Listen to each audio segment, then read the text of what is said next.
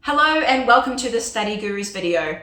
I'm Claire and today I'm going to be talking about 5 of our top favourite study tips. Now it's really hard for us to narrow down what are our 5 top tips, but these make the cut because they're simple, they're easy to implement and they work. When we were studying, if we had taken away one of these study techniques, our grades would have seriously suffered. So we think that each of these 5 tips made a serious contribution to us getting good grades. And of course, that's why we want to share them with you. So without further ado, here they are. Our first tip is that you should start preparing for your exams early. If you have exams next week and you're starting to panic, well, this tip isn't going to be so useful for you this time, but hopefully it will next time around. So many students don't get the grades that they're capable of because they simply haven't had enough time to prepare for their exams. They're capable of understanding what they've learnt in class and they're perfectly capable of applying what they've learnt to answer exams well, but they simply don't have the time. Exam time means you have to understand a huge amount of information,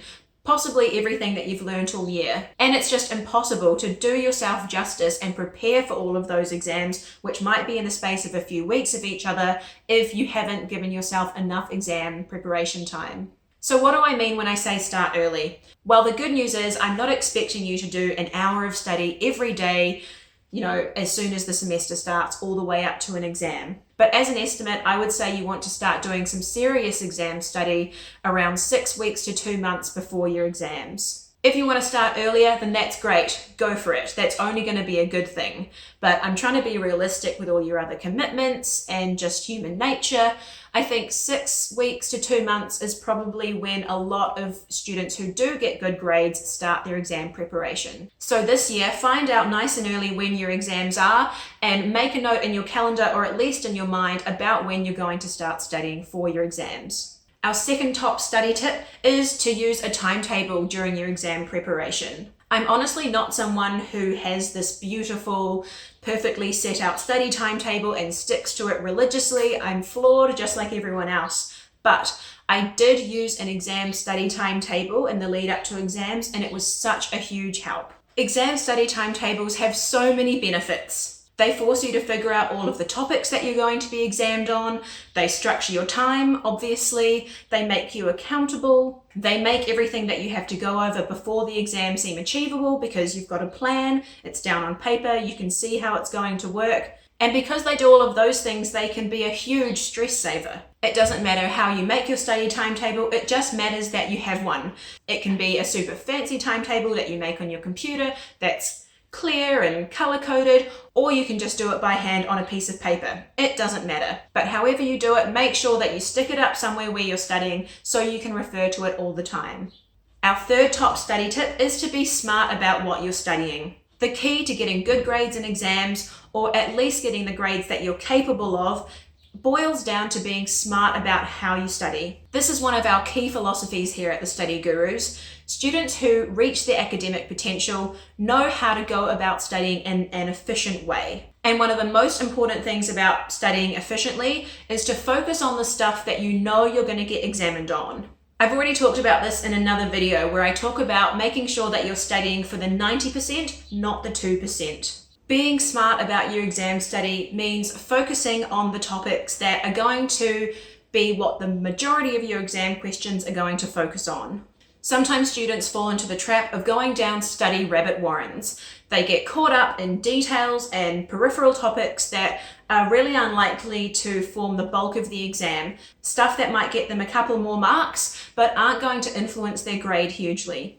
So put your exam study timetable to use. Make sure that you're spending the majority of your exam study time focusing on the core topics and get your understanding of those sorted, and you will be well on your way to doing really well in your exams.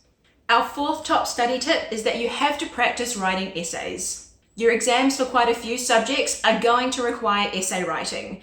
English, history, and other artsy subjects are going to be quite essay heavy. They might even consist exclusively of essays. And the only way to write a really solid essay in your exams is to have practiced writing it beforehand. Obviously, you're not going to know the exact type of essay question you're going to get asked in an exam, but you should have a really good idea of what types of questions you're going to get asked about what types of topics. For instance, if you've studied a novel this year at school, chances are there might be at least one essay question option that asks you to discuss the main character of the novel. So what you need to have done to prepare adequately for that essay question is to have practiced writing a few different essays based on the main character. If you do this, you should be able to answer any essay question thrown at you that's about the novel's main character really well. You'll be able to mold what you know about the main character from all of the practice essays you've written to answer that specific essay exam question properly. Another tip, when you're writing practice essays during your exam study,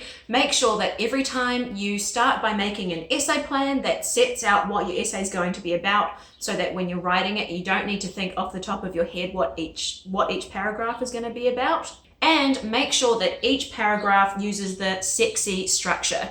So this means that each paragraph has a statement, has an explanation, uses examples, and finally, a really good essay paragraph is going to incorporate the importance of the point you're making in that paragraph to the main point of the essay. So for your exams that are going to be essay heavy, the key is to simply practice writing essays. And remember, even for practice essays, make sure that you start by making an essay plan for each one, and make sure that every paragraph follows the sexy structure.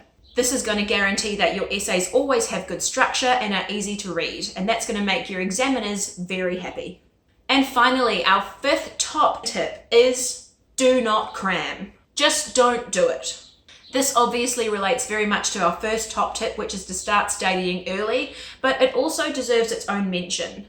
Because even if you started studying relatively early, you might still have a tendency to cram.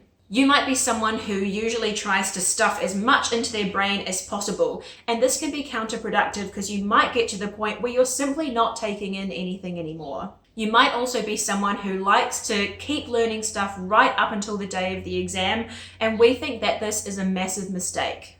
This point also relates to making sure that you're studying smart. And studying smart means doing quality study, not just tons of it.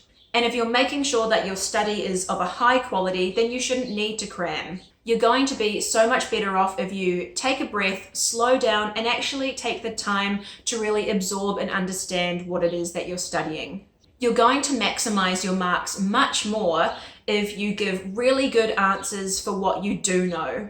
You don't need to give the best exam answers the examiner has ever seen to get good grades in your exams. You'll be much better off if you just show the examiner that you understand what you've studied really well. And that doesn't come with cramming. Most of the time, cramming only results in shoving information in one eye or ear and it going straight out the other without you actually retaining any of the information. And exam time is hard enough without making yourself exhausted all the time. So please try to avoid cramming because it's simply counterproductive. You can avoid cramming by being disciplined about what time you stop studying at the end of the day. You'll know it when your brain gets to that point where you feel like, I just can't simply read another word, it's not going to go in. When you feel yourself at that point when you're studying, simply stop. You're much better to go to bed, get a good night's sleep, and start fresh the next day. When you're sleeping, you'll give your brain time to absorb and retain all of the information that you've learned that day. That's a much better thing to do than just simply trying to shove more information in, which can be completely pointless. The other thing you can do to avoid cramming is having a stop point on your exam study. You want to get to the point where you're satisfied that you've done the work, you know your stuff, and now it's time to stop. We would hardly study at all the day of an exam. We might read over our study notes really briefly, but that was about it. On the day of the exam, it's too late to study anything new. You'll be much better off if you just focus on what you have studied well and answering the exam questions that you do know to the best of your ability. So there you have it, our 5 top study tips. Perhaps you've got other study tips that you love to use when you're preparing for exams, and that's great. But we think these are a great place to start, particularly if you don't know where to start when it comes to exam study. So we hope you find these study tips as useful as we did, but we'd also love to hear about what study techniques work for you.